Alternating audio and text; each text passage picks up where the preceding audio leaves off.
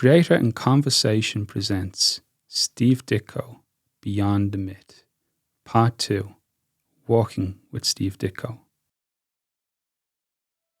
But no reasonable standard of validating claims is sought, offered or used, and no responsible evaluating and judging scale was operating. The models were more like special interest groups, of pressure gangs, of attention seekers after publicity, of anyone with access to the comic fan press. There was no goal of understanding the issue to be just. An extract from a mini history, some background, copyright 2001, S. Ditko. Welcome back to Creator in Conversation. We are now on our second episode of our three-part miniseries, Steve Ditko, Beyond the Myth. In this miniseries, we're exploring the life, legacy and work of Steve Ditko. As explored in part 1 with Dr. Zach Cruzy, we uncovered that a lot of what's already out in the open concerning Mr. Ditko and his career essentially emerged as nature abhors a vacuum. Because Mr. Ditko wasn't a strong presence at conventions, didn't do autograph sessions, didn't really wholly engage to a scale on fan press as much, and definitely wasn't involved in social media, some stories concerning his life and legacy and career were basically hearsay, just something which people claimed and were unsubstantiated. In today's conversation, we're joined by Jack C. Harris, who, with Tomorrow's Publishing, produced a wonderful text entitled Working with Ditko. This text explores Mr. Harris's collaboration with Steve Ditko on original stories, pitches, some which have seen publication, some which unfortunately to this day have not been published, and also provides insight as to Steve Ditko as a collaborator, as an artist, as a comic book creator, and it's all a first-hand account as well. I highly recommend, if you can seek out the text, to do so, because in addition to Mr. Harris's first-hand account, the illustrations contained within are absolutely astounding. Some of them are scans of original artwork which have not been seen anywhere else, including some of his concept designs for a Batman pitch, which unfortunately DC Comics declined. This episode will also explore Mr. Harris's career as well, and he really provided me with some astounding examples of original artwork as well in conversation, which I will try to extract some stills from and post on our social media, which you can find us online at TASQ Art. That's at TASQART. Again, this episode will further help to provide and dispel some of the myths around Steve Ditko and reveal exactly how he was as a collaborator, an idea man and an artist as well.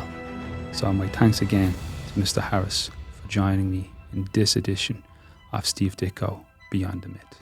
Mr. Jack Harris, thank you very much for joining us here today in Creator in Conversation. How are you keeping? Pretty well, thank you very much. I have to say, just before we went on recording, I was sharing my copy of Working with Ditko, and it's funny in a way because I'm calling you from Dublin, Ireland, but I picked this copy up while I was in Lisbon in Portugal in a shop called Kingvik. So it's a well-traveled edition. It's all over the place. That's good to hear. So I suppose, just for yourself, what led you to write this particular book? Like, what was the impetus for you to get this down on the record? Well, during the pandemic, I spent a year straightening up my house, which I've never done before. So I cleaned up my office and my garage and my attic and just about every space in my place. And when I was finished, after doing all the organization, I looked over and I saw this pile of stuff, Xeroxes and artwork and sketches and letters, all from Steve Ditko. And I looked at it and I go, wow, there's enough here for a book. And I said, yeah. And then I emailed John Morrow of Tomorrow's Publications, because I really enjoyed his books across the line. And I knew John from conventions and things. And I asked him, would you be interested? And he said, absolutely. So I sent him off an outline, and it took me a year to write it, took him a year to design it and publish it. So And that's how it happened. Just one step after the other. And how did you find the experience in writing it after you found the material? Did the memories come back in a Exactly. hard? That's what they were, all memory awakeners. In fact, the only thing I really had to research was the order in which things happened. I Yeah. said, okay, I did this with Steve, I did this with Steve, but which came first? Did I do this first? So that's the only thing I actually had to research. Most of it was off the top of my head. I just had to look at the stuff. Oh, I remember this. I remember that. I remember how I came up with this. I remember talking with Steve with that. But I just had to put it in order. It's the only thing that I had to check out to make sure it was accurate. Yeah, it's a really interesting take, because the book itself, it reads of a memoir, but it's a memoir of a collaboration. It's Right. unique. But we also get a little bit of your story as well as the story in relation to Steve. And what was wonderful was the way in which, and it's odd to say because he was a person, but you humanize Steve Ditko so much because to the masses he was such an enigma. Right. But when I reading know. this, he's seeing the pal, just a guy. The working title when I was writing it was called Dealing with Ditko. And I go, that sounds negative somehow. And although a lot of people had difficulty working with him, that never happened with me. I never had any difficulty working with Steve, ever. And one of the things I emphasize in the book is that whatever idea came with him, he would accentuate it. He would add to it creatively. He said, well, what about this? Could we do that? Could we add that? And I talked about that in the book. And when the book came out, Mark Ditko wrote a review. And that was one of the things he liked about the book, was the fact that I emphasized the fact that Steve was not just an artist, he was a collaborator. Yeah. And I was very happy to get that across, with especially when people call him an enigma, because he wasn't an enigma to me. He was one of my friends and we worked together. So to see that perceptive from outside the industry, people looking in, it was always kind of funny to me. Yeah, and what was really fantastic to read was both for yourself and for Mr. Ditko, your passion for the medium and the stories as well. Because often, when listening to others who have walked back in the early Bronze Age, even going back to the Silver Age, there was a lot of, well, it was a job. Even like Jack Kirby, he was like, well, he had to do so many pages because he had a mortgage and a family to support. Totally get that. Right. But when reading your passion for storytelling, you recount stories from your youth when making short films, and also Steve seemed to be a big fan of Batman, and that was something that really stood out to me. Was you uncovered a proposal for Steve to do a very early stage preliminary pitch of his interpretation of Batman, light pencils. That is like a hidden treasure find. That was astounding. I mean, that when I found that, well, that was one of the sad parts of my book. When I was going through the files, straightening everything out, and I pulled this file out, and I go, "Oh, these are Steve's sketches for Batman, his idea." And I said, "And they're not copies. They're the originals." Oh my God! And I said, "Well, I gotta send these off, a copy to Steve." So I copied them and I sent him a note and sent it off. And I never heard from him, which was unusual because Steve always answered my notes or phone calls. Yeah. And then I found out that he had passed on. And that's why he didn't respond to that last letter that I wrote him. So that was kind of gut-wrenching. But the fact that I found those, I think there was 7 pages that and they were just a ballpoint pen or pencil sketches of different Batman equipment and how it would work under Steve's pen. And it's great. One of my treasured possessions at this point. And fair play to you in finally bringing this to light, because that's something that could have just gone without anyone realizing. So it's fantastic it's seen light of day. I mean, even before I wrote the book, I posted those online so people could see them. Because I thought that was a historic moment that someone should be, so I should share with everybody. Absolutely. And what I would say is I won't elaborate too much on it because I want folks to get the book as well, wherever they can find it. But one of the Batman poses in particular, it's very reminiscent of what was used in there's a certain pose used in The Dark Knight, Christopher Nolan's film. I felt Right. in the way it was drawn, and you look at it, this is something decades in the difference, complete coincidence. But he had that mindset. He knew how to frame a shot. He was very avant-garde. If he was active today, I think he'd still be very popular because he had that vision, and that I don't know if he could see into the future or not, but he knew how things should look, things that he never even encountered. One of the things I mentioned in this book is the work I did for First Comics. Steve and I did a proposal of a find your own adventure, find your own path adventure book, and it was based on those books from the I think the 70s, where you get to a page and you say, okay, what's going to happen now? It's up to the reader. If this happens, you go to this page. If something else happens, you go to a different page. And I figured we could do that in the comic book format as well. So Steve and I worked that out. We did the whole comic, and it was never published for whatever reason. I never found out the actual reason it was never published. But one of the things I noticed is there was a couple of panels where Steve drew it from the point of view of the reader, of the character. So the character is looking through the eyes. The reader is looking through the eyes of the character. He's a sword and sorcery character, so you can see his sword. You can see the monster that he's fighting. At one point, he's hanging upside down. So Steve drew the panel upside down. And I asked him why we do that, and he goes, "Well, you're playing the character, so you should see it from his viewpoint." And then I realized that if you look at a video game today, that's exactly what you're looking at. You're looking at the scene as you see through your eyes. So he saw that decades before computers. And he saw how it should look, even though he never used a computer in his life. He knew how it looked. It's amazing.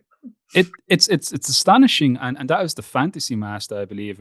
Yes, reference into the book, and like the way you described, that's someone who really understands the medium in which they're dealing with. Because when you read a comic, there's a sense of participation. If you watch a film, it's very passive. No matter what, TV, film, it just happens. But when you have a comic, you literally have to turn a page, and even decades later, someone like Greg Capullo in one of his Batman runs with Scott Snyder, they had an interesting mechanism where when Batman starts hallucinating from being poisoned, the book starts turning. So as you read, you turn it in your hands.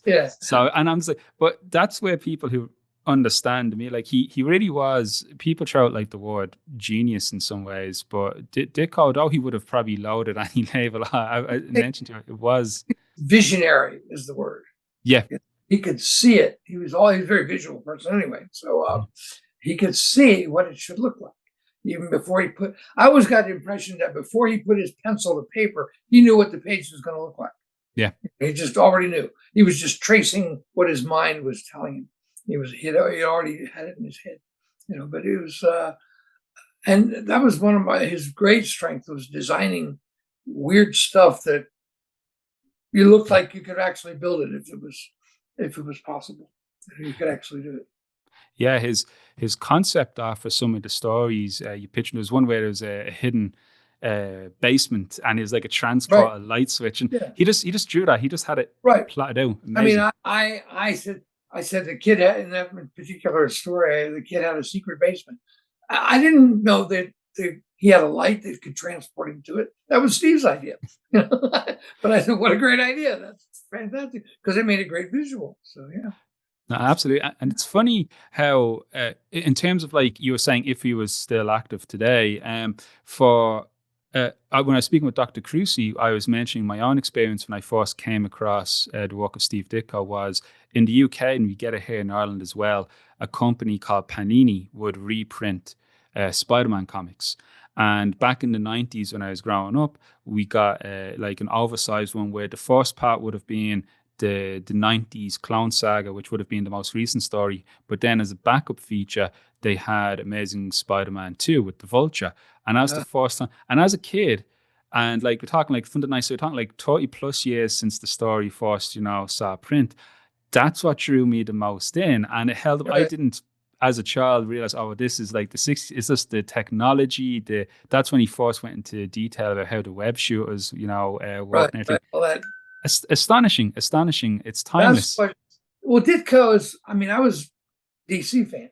And Ditko, the stuff Ditko, that's what drew me to Marvel. All the Spider-Man annual, the Spider-Mans, all that stuff. That's what made me start reading the Marvel comics. It was all Steve Ditko. That's what I kept looking for. I kept looking for Steve Ditko stuff that was in the books. So I remember one of the most amazing things, and they were very clever, in the first Spider-Man annual, because Marvel had original stories in the annuals, unlike DC. Because they didn't have that much to reprint, so they had to write new stuff. In that first Spider-Man annual, Spider-Man runs across every single character in the Marvel universe. He just passes them by, just has a moment with them. Thor flies by, Doctor Strange walks by. He sees Giant Man in the background and all. So Steve drew the entire Marvel line in that one book. And of course, I hadn't started reading Marvel, but then when I read all that stuff and saw Spider-Man interacting with all these other characters, I got to find out who all these characters are. So that brought me over. Yeah, it's amazing. I've seen in some other ones his interpretation of the Hulk as well, which was something to behold. It was great. He had obviously early in his career he did a lot of horror comics as well. I love the crazy science fiction and horror stuff he did. But yeah, the Hulk #2 was when he inked over Kirby. That really. I said, okay, I'm not going to miss this book anymore. And in terms of just in discussion with him then as well, was he aware of perhaps some of the conversations around him about like people wondering, or did you ever never address that when you just let sleeping dogs lie? I never ever. I only had one conversation with Steve about Marvel. I never talked to him about his work in Marvel. We had actually two conversations. I initiated one and he initiated the other, just an off comment somewhere. And I knew he didn't like to talk about it, but he was aware of how people viewed him, and he was fine with it. So they want to think that I'm a reclusive and a hermit. Fine, let them think that they'll leave me alone, and then I could work. So that's basically what he felt. But he wasn't like that. But he didn't mind the perception of that. He just said, "Okay, that's good. No one will bother me if they think that I'm that way." Yeah, and again, he really wasn't. What were the working title for the miniseries at the moment is Steve Ditko Beyond the Myth, I think is what we're gonna call it. And sounds good. And yeah, thank you. And what's standing out to me is he really wasn't unapproachable. Like personally speaking, I found his number listed, so I called him once from Dublin. I think towards the end he was a little hard of hearing, and my phone wasn't the best at the time, but he simply said, write to me. And he did respond to written correspondence. In the end, I felt it wasn't appropriate in the end to write, but he was very open to correspond with people, very accessible. One of the funniest letters I ever saw from him, a fan had it. He wrote and asked him for his autograph. And Steve wrote back, sorry, I don't give autographs, and then he signs the letter. Amazing. And of course he was laughing when he did that. He wouldn't sign his work. He wouldn't sign you a book or something like that. But you wrote him a letter, he would write back. He liked to write letters, and I had a lot of letters from him. Unfortunately, I didn't save a lot of those. But in fact, when I contacted him, I usually contacted him by writing him a note, and he would do one of two things: he'd either call me up or he'd send me a note. And that's why I knew he wasn't around anymore, because he didn't respond to that last letter I wrote. But he always wrote, and he always signed his name, so it was nice. And he was very friendly to people who approached him. If you wrote him a letter, he would write back to you. If you call him on the phone, he would talk to you. Yeah, it's true. And in terms of popular culture, did he consume much in the way of was he a cinema goer or Oh my films? God. Did you guys have? I mean, basically, our conversations were about three things: books on philosophy, crime philosophy, Mm-hmm. movies and comics.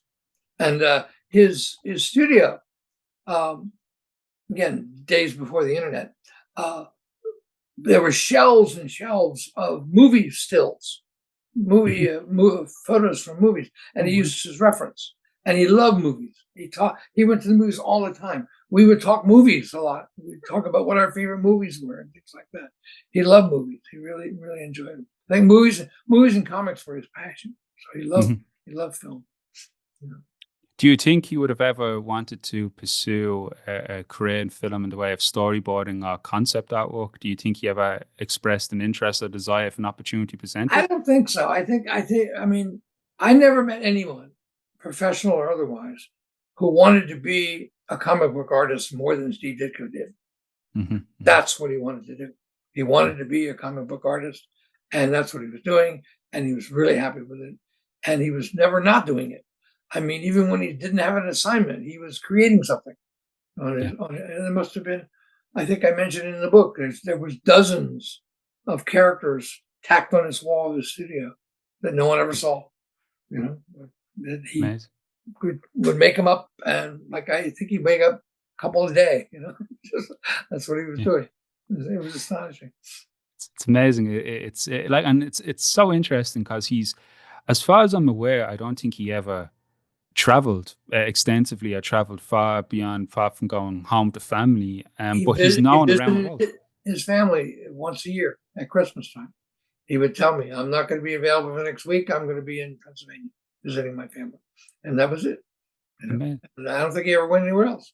And it was very funny. He had a very small studio. I never saw the last studio. I used to visit him in the studio he had before the last studio he had. He wouldn't let anybody in the new studio.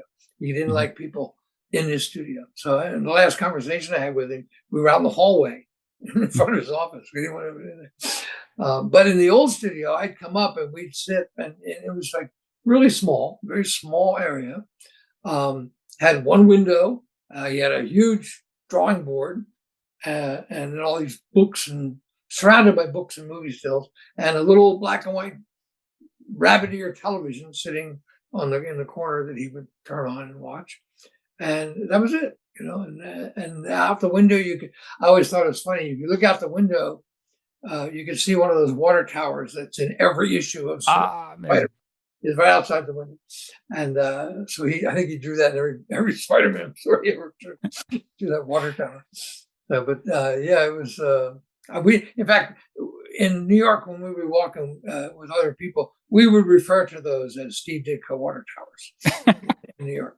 So that's what they were. So one of the first times I was in New York, I went to New York Comic Con, and there was a representative from Titan Books giving a talk, and obviously they were from London, and they were saying when they arrived in New York, they too were looking at the water towers. And when I was there, I was with a friend, Luca Pizzari, and at the time he went around, he's basically taking holiday photographs on his phone, but he got picked up to do a Spider-Man shot, I think, shortly thereafter, and he was using the holiday photographs as reference. Have to get the towers in there, absolutely. But no, that's great. And so Steve was originally from Pennsylvania, but did he feel like a New Yorker then? Like, did he? I think so. Yeah. He went to the School of Visual Arts, the same school that I graduated from. Yeah, very good. The same school I taught at. I taught at it for 35 years. But he went there, and he again to become a comic book artist. And at the time, all the comic book artists worked out in New York, either nearby or in the city itself. So yeah, I think that was his goal, to be a New Yorker. You know, and he was very much a New Yorker. You know, he knew the city and loved the city. He was always there. He was either there or visiting his family in Pennsylvania. It's the only two places he went. But he really knew the city. I mean, he knew it up and down. He could go anywhere. And if you look at his work, especially in Spider-Man, there's the backgrounds are real. I mean, if he went into the city, what you saw was what it looked like. He was very. You walk through New York, you could almost imagine that you're in a Steve Ditko comic story, because that's the way it looked. Did he ever participate in photography? Like, would he take reference pictures, or was it all just he might have just gone out with a notepad and start sketching? I don't recall seeing any photographs. I think if he needed something, he went out and sketched it. Yeah. That would have been too Peter Parker if he had he had a camera. That's true. No, that's amazing. And then, in terms of when you first started to you got to know him first professionally, am I correct? So you were a fan of his work, but then you had that professional relationship. You kind of mentioned how, like, ecstatic you were to be. Oh yeah, I had to play it cool. Here I am. I'm supposed to be a professional editor, and here is my boyhood idol sitting in my office, and I had to just be cool about it. Yeah, Steve Ditko. Okay, cool. But that was in me inside going, "Oh my God," but I was cool about it. No, that's brilliant. And have you ever witnessed, perhaps, when in passing, like other people who might have been as excitable but not able to hold it in as much around? Oh yeah, I mean, I've more than once, because Steve would hide in my office basically. Mm-hmm. He'd sit there on the desk, the chair opposite mine, and people would have to step into the office to see if there was somebody there. So people would come in and talk to me, and Steve would be there, and they would notice him, and I would introduce them. And a lot of times I could see the expression on people's face. Oh my God, it's Steve Ditko, but I got to be cool. I can't go, oh my God, and can I have your autograph? They didn't do that. So, but they wanted to. I could see that more than once. And I remember one artist, I won't mention his name, but he actually left the office at the same time Steve did and attempted to engage him in conversation about Marvel. And Steve just smiled and said goodbye. Boss move right there. Yeah. That's amazing. And then for yourself, then, would you ever have another follow-up, not to necessarily Working with Ditko, but any other ideas for writing about you? Yeah, I mean, there's ideas popping in my head all the time. So I'll probably eventually do something else, because I'm sitting next to a pile of stuff here that I've got. There's all kinds of interesting things here. What do I have here? I'll show you something. A whole bunch of artwork sitting here. Here we go. Here is an original page from Gil Kane. Oh my God. A Green Lantern Gil Kane. That's insane. Yes, it is. That's insane. Just happened to be sitting here. What else do I have? Let me see. Kinds of interesting. Unfortunately, people can't see this. They're just hearing me talk about it. But, I can take screen grabs. Don't worry. And then, here's a picture. Here's a page from Jim Sherman through an Adam Strange story that I wrote. Wow. Page to that. Detail in that. My God. Yeah, it's beautiful stuff. And then what else? Interesting. I mean, it goes on this whole huge thing here of things. Here's an interesting thing. Here's remember the Birds of Prey? Yeah. Well, here's the first idea for that Trevor Von Eden and I did, called the Power Squad. So we have a Batgirl, Supergirl, the Vixen, and the Catwoman, is it? Enchantress. Oh, Enchantress, yeah. Wow. And Trevor and I, this is our presentation. They didn't go for it, but 10 years later they did. Birds of Prey. So. And then this, talking about Batman, this is a page from Batman, Two-Face on it. Oh, wow. And this page, by the way, a little bit of comic history. This page is the first mention of Arkham Asylum. This page. Oh my God. And I created Arkham Asylum. I gave Denny O'Neil the idea to use it in the Batman story. So that was my gift for creating that, was that page. Were you a big fan of Lovecraft? Oh, yeah. Oh, absolutely. I have read, I spent one summer reading nothing but Lovecraft stories. There's a friend of mine, Sean Hill, and he's a writer as well. He does a lot on Substack. Shadows and Sorcery would be his online one. He does continuous fiction. So each week he does a short story, a series of short stories, and then he has an extended novelization called The Path of Poison. But we've been friends since high school, essentially. And he would always go on about Lovecraft. Oh, yeah. And then I was oblivious of Arkham and Lovecraft, but I was a huge Batman nut. And then suddenly it was just like our worlds collided when he found what? I mean, I remember I taught a course on comics at the University of the Arts in Philadelphia, and Denny O'Neil was a guest speaker one time. So afterwards, we took Denny to dinner, and at the time he was in the middle of writing Batman, and I said to him, I said, people like Two-Face and the Joker, they're madmen. They shouldn't be locked up in prison. They need to be locked up in an insane asylum. That was insane for the criminally insane. And I said, like Arkham in Lovecraft stories, Arkham Asylum. And then he says, "Oh, that's good. I like that." And he wrote it down. And so a couple of months later, Two-Face was locked up in Arkham, and the guy who helped him escape in the story was named John Harris. So that was Denny's little tip of the hat to me for creating Arkham Asylum, or giving him the idea for it. And then it was funny, if you look at I think you remember those books that DC published, that the background books, they just the DC files, they did one on Arkham Asylum. They wanted to have a page on Arkham Asylum. And Len Wein was editing that book. And they said, "Okay, do an entry on Arkham Asylum." And Len said, "Well, there's nothing on it. It's just..." So Len wrote the origin of Arkham for that book. So that details where Arkham came from. That's the first time. So Len created the DC Arkham from the story that I inspired Denny to write. So that's where it all came from. So it's sort of like me, I got the idea, Denny used it, and Len embellished it. That's how Arkham came about. It goes to show comics are perhaps some of the most collaborative, like, art forms. You can't do it yourself. Yeah, I've seen artists who write their own stuff, and yet there's still an inker and a letterer and a colorist and an editor. So no one ever does it by themselves. There's always someone else involved.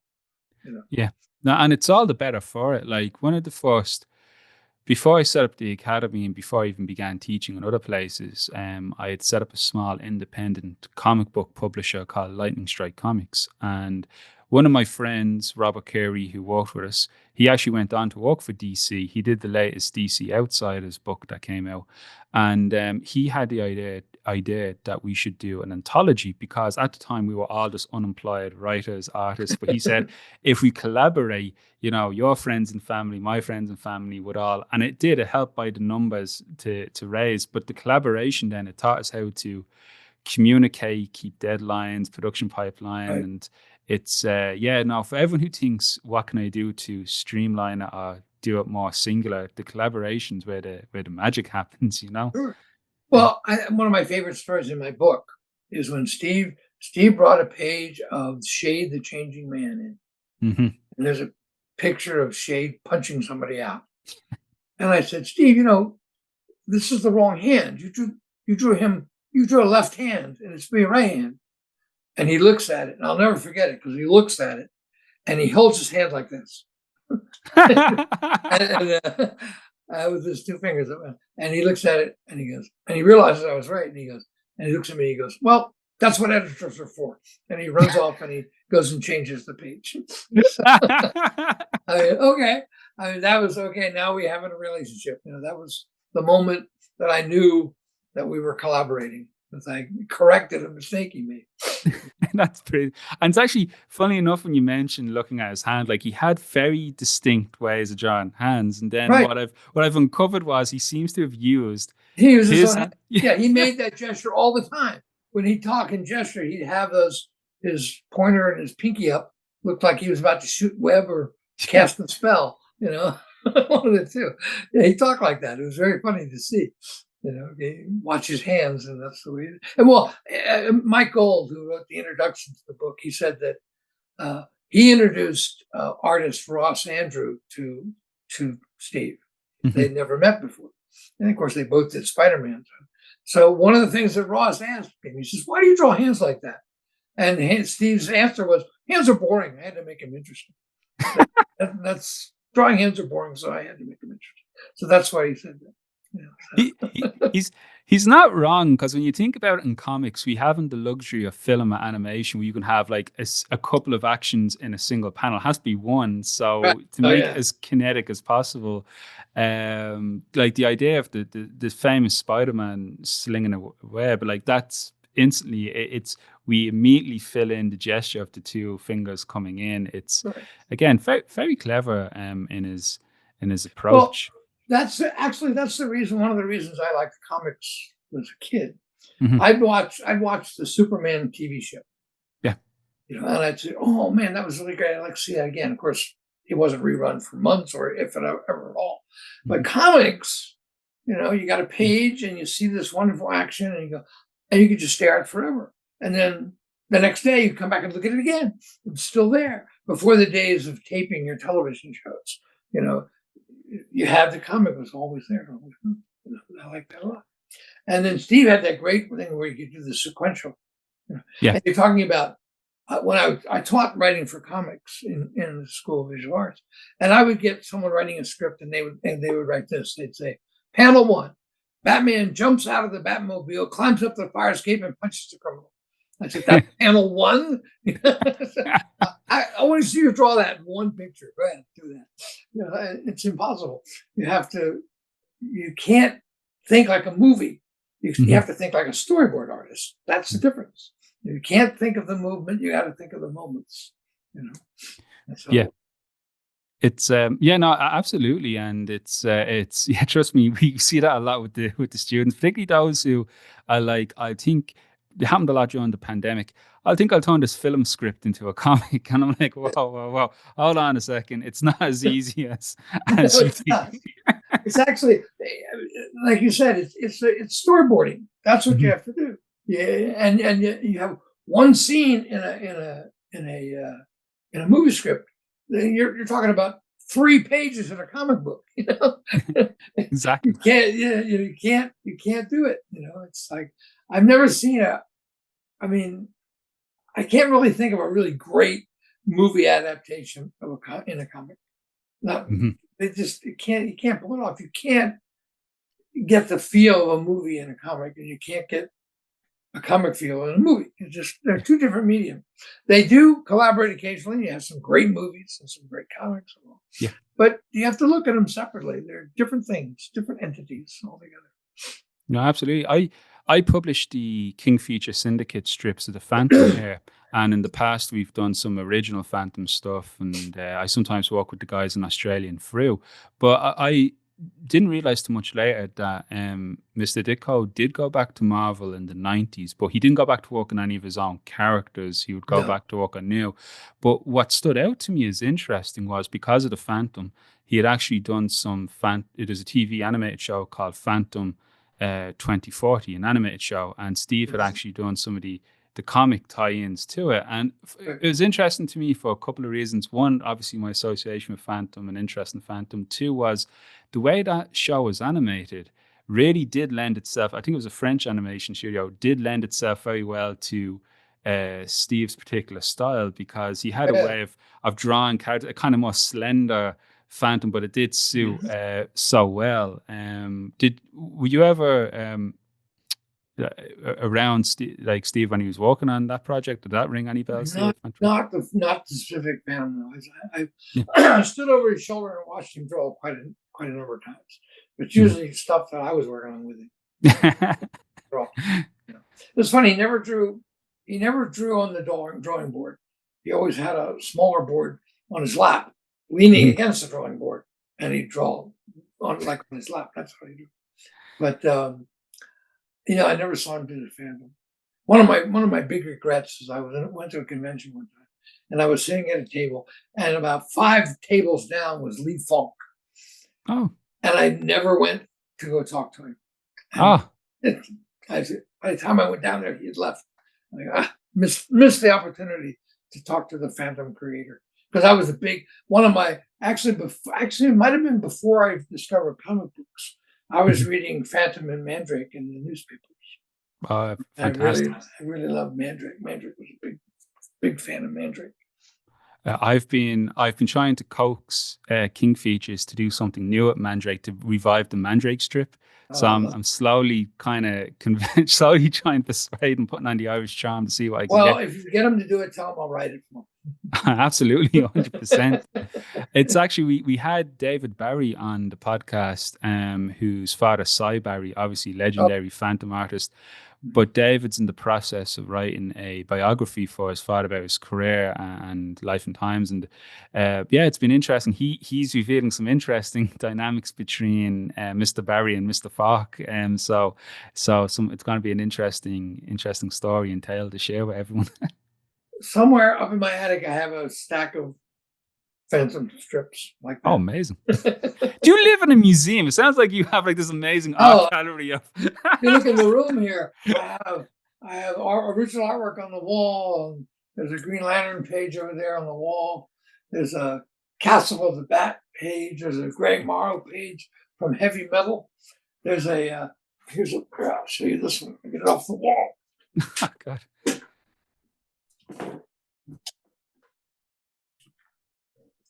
There's a picture of Wonder Tot by Joe Staten. Look, that's amazing. Oh my God. It's actually it's topical again with Tom King's recent run. He's brought in a character, Trinity, which is very similar to the young Wonder Woman. But that's amazing. And for yourself, Jack, so you were always drawn to comic books. That's something that you always kind of foresaw yourself as pursuing as a career, or did it happen more just organically as it went? It happened. Well, a couple of things happened. One, the Superman television show is what got me into Superman. Yeah. And then I discovered the comic book, which was like, in fact, and what I do now, I do these nostalgic slideshows for like senior centers and stuff around. Very good. I did a whole one on comic strips. And in September, I'm going to the Ditko Con in his hometown. Oh, brilliant. I've been invited to go there. And I've created a slideshow of my book. Oh, fantastic. Which I'm doing right now. But one of the things I've been thinking about where I started reading comics and the television show of Superman. And then I saw Action Comics on a newsstand. I picked it up, and I'd never seen Superman comic. And it was really funny because I had not seen Superman on television in black and white. And that comic was the first time I saw the colors of his costume. I thought his costume was 2 shades of gray. I didn't know it was blue and red, And so that was that. And then in the Action Comics, there was a Tommy Tomorrow story in the back, which got me into science fiction. That's my first discovery of science fiction, spaceships and stuff. Whoa. And so that's good to reading the comic books. And then I started writing letters. Julie Schwartz's comics like The Flash. I'm a big fan of The Flash. Yeah. And Mystery in Space with Adam Strange and all. And then when I was I think I was in 7th grade or so, I won original artwork. Julie sent me some artwork. Oh, wow. And that just, now this is what I want to do. And I studied art. And then about halfway through college, I was doing this course on comics, and this guy asked me to write an article about my course in comics for a teacher's magazine. And I wrote this article, and I thought to myself, well, gee, this is a whole lot easier than drawing. And I used to joke, I said it was a whole lot easier to write 10,000 Indians come riding over the hill than it was to draw them. So I figured writing was a better way to go. So that's what I did. And then when I got out of college, because of the course and because of my art background, that's what got me the job as an assistant editor at DC. And I was there for about a year before I actually wrote something. But I learned it as I was doing it. So it was very good. How do you find the dual aspect of being an editor and then the writer as well? See, it sounds to me like you must be always under some kind of a deadline all the Right. time. No, deadline was always a deadline. Either my own stuff or my own writing or my editing, always a deadline. But I mean, the first time I wrote a story for Julie Schwartz. Now, Julie was my idol. I mean, he was, as far as I was concerned, the greatest editor in the history of comics. And I was writing a Supergirl. I got assigned to write a Supergirl story for Julie. And I remember I really worked on that script. And I handed it into him, and I went back to my office, and I couldn't work. Oh my God, is he going to like my script? What's he going to do? He's going to tear it apart, throw it back at me. What am I going to have to do? So I'm sitting there working, trying to work, and he comes and he stands in my doorway, and he's leaning against the door, has my script in hand, and his blue pencil in the other hand, and he taps the script, and he goes, "This is fine," and walks away. And I go, "This is fine," from Julie Schwartz. I think it was the greatest compliment I ever got in my life. Praise and Caesar. This is fine. Oh, great. I can't expect any more from Julie Schwartz. But coming from him, that was like high praise. I was thrilled. That's amazing. And if you go checking out, or have you seen already the new Superman film? It's just being released this week. This morning, I read a couple of people had seen it, and I said to my wife, "We have to go see this movie." And so I'm going to I haven't seen it yet, but I definitely want to see it because I've seen so many clips of it that I remember reading, And you were talking about the film comic connection. Yeah. And I saw some guy analyzing the film on television. And there's this one scene which I thought was really clever. Superman's flying up in the city, punches someone in the face, and he knocks out their teeth. Yeah. And if you look closely, the teeth come and bounce off the camera lens. Yep. As if someone is there filming it. That is so comic booky. I love it. And I definitely want to go see that movie just to see that scene of him knocking somebody's teeth out and having it bounce off the lens. So it looks like, I think James Gunn said at one of the premieres, if Guardians of the Galaxy was his love note to cinema, then Superman's going to be his love note to comic books, is how he's kind of framing it. And Mr. Ditko as well, he actually had his chance to portray Superman as well. He even had a pin-up in what many consider to be the all-time greatest Superman comic of, I think it's Superman 400. All those wonderful artists doing it. Yeah. Oh yeah. Yeah. Well, I always thought that was weird. The reason he did the Batman sketches for me, I wanted him to do a fill-in of the lead of Waterworld's Finest, do a Superman Batman team up. Yep. And for some reason, now he had never drawn Superman, but he had drawn Batman. But they still wanted to see what he'd do with Batman. They never asked, "Oh, let's see the Superman sketches." No, they said, "Give us Batman sketches." Okay. And but when I saw that picture, and Steve was telling me about it, we actually talked about that drawing. And there's some phrase out of the TV show that he based it on. If you look at the drawing, there's one phrase in the opening of Superman that he actually illustrated, and that was it. Okay. Yeah, that's it. Yeah, I mean, that was, I always thought that was great, the sketches that everybody did. I mean, everybody from Ditko to Will Eisner to Walt Simonson, and everybody did a Superman sketch for that book, which is terrific. It was amazing. Yeah, it's something of a hidden gem for some fans when they come across, because so often people, it's interesting in comic books. About the mid to late 80s, there was a shift towards long form miniseries telling stories. Right. So people would be like, okay, you have, Batman Year One, Dark Knight Returns, Watchmen, Long Halloween. But then people forget, comics used to be, when you would pick up Superman's Return to Krypton, a 3-chapter novel, it was in one issue, Right. So, well, I mean, when I first started reading comics, you pick up like a Batman comic, right? Yeah. You had 3 separate stories, like 8 pages each, a complete story. The 3-part novels, like Superman's Return to Krypton, that was a special. They did it a couple of times a year. And weird thing, they never did it in Batman. They used to have Superman 3-part novels and things like that, but they never did a Batman 3-part novel, which I always thought they should. Yeah. But no, and then when the formats changed, what happened originally was that they cut the pages. They increased the price, cut the page. So it was the reason they became full issues, because it was easier to tell a story in the less pages. So that's what they did. They didn't want to break up. They want to have 5-page stories. That was too short. So they just said, okay, do the full issue. And the full issue 3-part novel was not special anymore, because they all and Marvel started it. I mean, what Marvel did, if you look at the first year of Fantastic Four, the first 3 issues are separate stories. There's plot lines and threads that go from issue to issue, but they're separate entities. But then you get to number 4, where they introduce the Submariner. Yeah. And then in number 5, they introduced Dr. Doom. And then in number 6, it's Doom and Submariner teamed up against the Fantastic Four. So those 3 issues, that was the first great Marvel trilogy, was Fantastic Four, number 4, 5, and 6.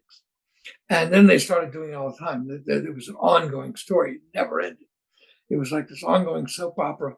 They would defeat the villain in every issue, but whatever social soap opera type of thing was going on with their lives, that was continuing on. That would just stretch through, especially in Spider-Man. And Steve picked up on that. And he would do that because all those old Spider-Mans, every one of them, without a doubt, Steve plotted them. Stan Lee did some dialogue, but they're Steve Ditko stories, 100%. He might say, hey, let's put Dr. Doom in it, but that's all he told him. He didn't say Dr. Doom is going to do this. He just said, put Dr. Doom in the story, and he'd do it. But it was all him. He did the whole plotting. Just beside my desk, I have hanging Amazing Spider-Man 33 with the Master Planet, because the iconic lifting the heavy weight, the collapsed building. But it's if you look at it periodically, it's constantly each artist. It seemed in the 90s, they always tried to have their moment. Even in cinema, Dr. Cruzy was saying to me, like, they tried to replicate it and they still haven't been able to replicate it in cinema to the same effect. But there's so apparent in the sequence of his struggle that the dialogue is sufficient. Like, you don't need the text. And just think, how can you get away with like 2 or 3 pages of 9 panels of basically the same picture? He did. But you see the struggle building, and then he does a full page of him actually escaping. By the way, if you go back and look, those 3 months that they had the Master Planner story, look across the Marvel line. That was Marvel's greatest month ever. Oh, yeah? I mean, if you look back at the same 3 months, they introduced the Inhumans in Fantastic Four. They introduced the Sentinels in the X-Men, all in the same 3 months. Oh, wow. It was like that summer. It was 3 summer issues of Marvel, of whatever year that was. That was their greatest summer. They were like, if you ever want to start collecting comics, buy all the Marvel comics from those 3 months, and that will make you a fan, because they were terrific. And they stand the test of time. Even what you were saying about Fantastic Four, I've gone back to read. They have the Masterwork editions now. So, I'm reading in preparation of the FF film coming out now as well, which I'm looking forward to also. And are you still reading comics yourself, like some of the more up-to-date stuff, or do you go back and reread? Not really. Sometimes someone will send me a copy, or I'll, give me one and I'll read it. But I don't go and buy comics anymore. Look, I got too many. I'm loving the showcase collection there. And it's like, I regret not picking them up. I think I was in college back when they were coming out. But they're black and white. But if you want to read the stories, that's where you do it, like that. Fantastic Four. Fantastic. All the first issues. It's just like, I don't know how it goes up to what, I forget. The first. It's the first 20 issues of Fantastic. Oh, wow. Plus the annual, plus the first annual, all in one book. Good heft. Black and white, but it's still It's it's got everything. I got all of them. I bought them. It's so interesting. I do some digital comics as well as print, just because with COVID and everything, it was better with accessibility. But it's true though, the physical will always outsell the digital. Even my own personal preference is always physical, to have it in your hand. And I know it goes back to that idea of, the reader participating, the audience participating in with it as well. Something about the collector's mentality. Yeah, I don't know. I think I'm like addicted at this stage. I don't think I don't see where I'll be able to stop. I still like having the physical books. I mean, I have in my other room, I got all of the Alex Raymond, Flash Gordon. Amazing. I have all of Russ Manning's Tarzan strips in books, and just all of it. I mean, I try to get the collections. I love it when, like, for instance, I'm writing an email off to DC because they just published this big volume of all of Steve's work from DC. Oh, okay. And they're supposed to send me a creator's copy, which they have not yet done. Oh, well. I'm going to contact them. Where's my creator's copy? Because not only is there stuff in there that I edited, there's stuff there in there that I wrote. So I want to get weirdly, comic companies will give creator copies to the artists and writers, but never the editors. I never understood that. The editors should get copies as well. Yeah, it's like, again, it goes into the collaboration of it as well, because the editor is a guiding force. Take the editor out. Like, I've worked on projects without editorial, usually just to, like, it was budget, deadline, whatever. It got real messy. An editor might have been writing onto it and there wasn't much way of oversight. And I mean, I've, much to my chagrin, we sent out a book where there was a page out of order, something silly like that. These things can happen. So I suppose it's not too much to say to recognize the contribution of the work that goes into it.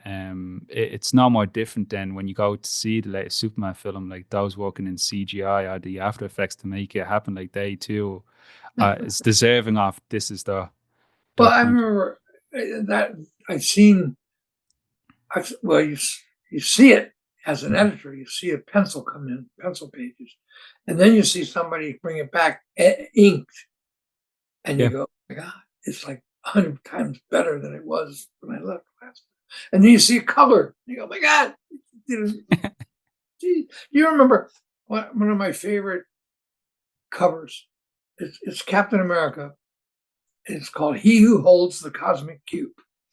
And it's just a picture of Captain America reacting to the Red Skull holding up the cosmic cube. And the rest of the page is nothing more than just crackling energy. And if you look at it in black and white, it's like, eh. But then the colorist, what he did, he put a solid yellow background. And that page, I remember seeing that page from across the store. I could see it on the comic stand, the rack, 20, 30 feet away. I said, what is that? I got to see what that is. All because of the color, So talk about collaboration. The colorist, the final guy, the final person who touches that and puts the color on it, sometimes can. I've seen guys who've been recoloring old covers. Yeah. With the digital paintings and all that. Yeah. But it's so amazing. It's too bad they couldn't do that back then. But the coloring of these things can be so changing.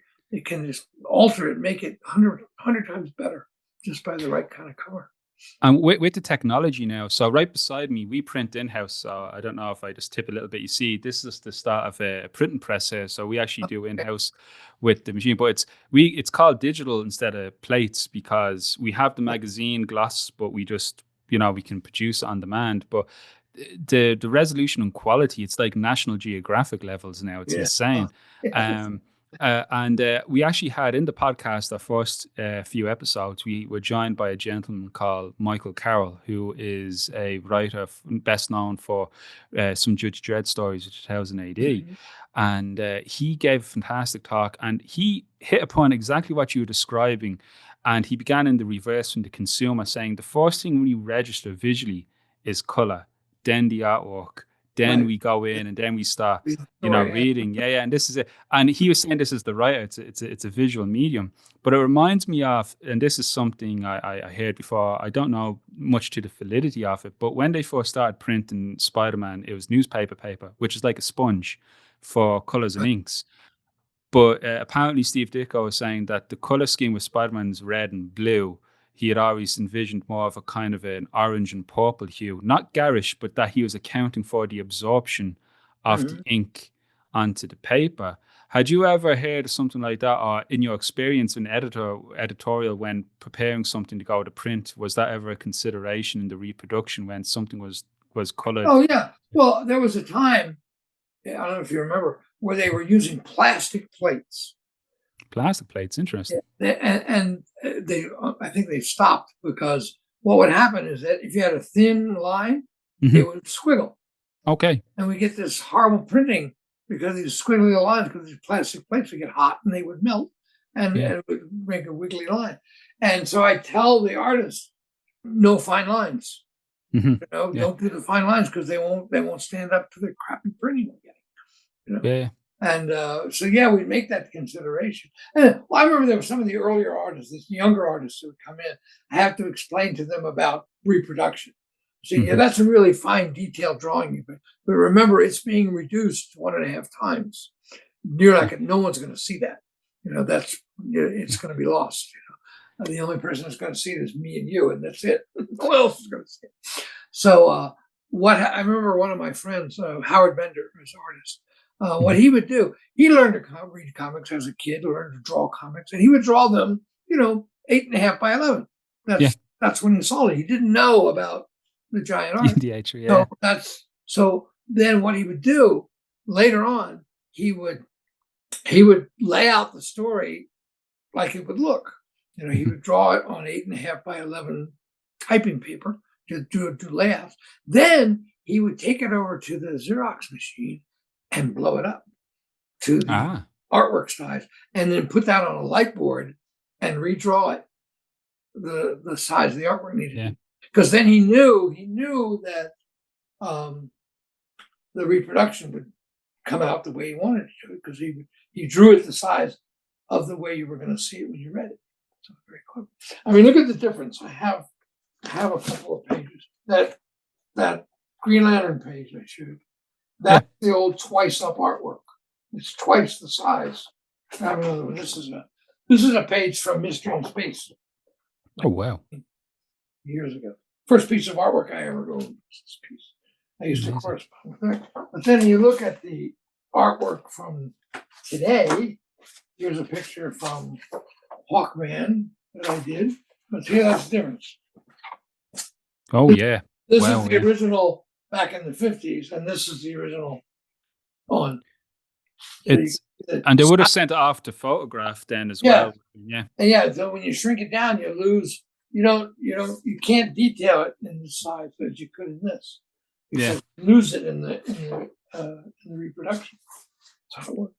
So, and the guy to blame for that is Inker Murphy Anderson. He said, if you make these round, you put 2 plates on one photo plate, save money. So that's why they did it. Jeez. It's so funny. Here at the Academy, we have a curriculum, but then we also take in guest speakers. So for a particular module, someone might just come in and talk or do a short class, and we'll incorporate into, let's say, the character design segment of the module. But we had one person primarily from an animation background, the other more from a film and comic book background. And the animator had the students drawn on smaller pages, more akin to like an animation cell. And he said, don't go too big because of the detail, just keep it tight. Whereas the comic book artist like, no, go for the bigger page with the Bristol board because you can move the body. But it wasn't that either one was wrong. It's just the difference in approach. I mentioned in my book, when First Comics did the faceless ones, which was the backup for their Warp comic, we told Steve, I said, you can do it twice up. And that was one of the selling points of getting him to do it. He drew the giant pages, and it gave more detail into it. And he liked doing that. And that was one of the reasons that he was willing to do it, because he had the opportunity to draw twice up. So it was great. That's amazing. I just want to thank you so much, Jack, for taking the time to speak with me. This is been fantastic, and can't believe an hour's already flown through onto us. But before I let you go, just what do you think Steve would have thought of the book itself? Since he was so kind of, I was saying to Dr. Cruze, the book was his book, Mysterious Travelers of a Paradox. I don't think he'd be all that pleased with it, actually, because he didn't like any kind of publicity. Yeah. So I don't think he would be very fond of it. I think he would have respected my take on it and the way I looked at it, but I don't think he would have really been happy having a book out there about me. I don't think he wanted to do that. But like I said, as long as his family was happy. Yeah. I mean, Mark Ditko wrote a great review of the book and loved it. And I told him, I said, well, I've done my job then. If Steve's family is happy with my book, then I'm good. Yeah, no, that's going in to do with this miniseries, this podcast miniseries. That's as well. It is a paradox because I know for a fact he was very much like the work speaks for itself. He didn't like being in any type of spotlight. But my undergraduate was in history, and it's so important that we make a record, of the contributions people have made, because you don't, and we've seen how easy it is for, as we're calling this, like beyond the myth, so much people just took as truth just because there was no rebuttal from Mr. Ditko. And I think now it's an important time to get it onto the record. And I do want to thank you. As I said, it was amazing. I found myself in Lisbon for what was an animation festival at the time, and I popped into Kingpin Books, found this book, was able to connect you on Facebook as well, and I just totally enjoyed it. The students and I have been going through it as well and sharing it, and it's great. And I hope, seeing the treasures you have there, I hope there's more to come as well. You have me salivating on what you have. but well, I'm looking forward in September to going to this Ditko convention in his hometown, and Mark he's organizing that, so we'll be together. We were together in San Diego. We did a panel out in San Diego last year. That's the time I met Mark, and I see him again in September. So it's going to be good. We'll keep the history going and keep the history alive, so no one will ever forget, Steve's contribution to the industry. Absolutely. Thank you so much again. I hope we can have another conversation in the future as well. And this has been amazing. Thank you so much. All right. Thank you. Bye-bye. Thanks again to Mr. Harris for joining me in this second part of Steve Ditko Beyond the Myth. Tune in next week. We'll be joined by our third and final guest, Mr. Mark Zen Ditko. Mark is Steve Ditko's nephew, and he helps to provide another facet to the creator as Steve Ditko, the man. And we'll get a final, complete, rounded picture of Steve Ditko and how multifaceted he was as an individual, and definitely not the myth that people have often accepted to be truth in recent years. Until next time, this has been a copyright production of Macaulay Consultancy 2025.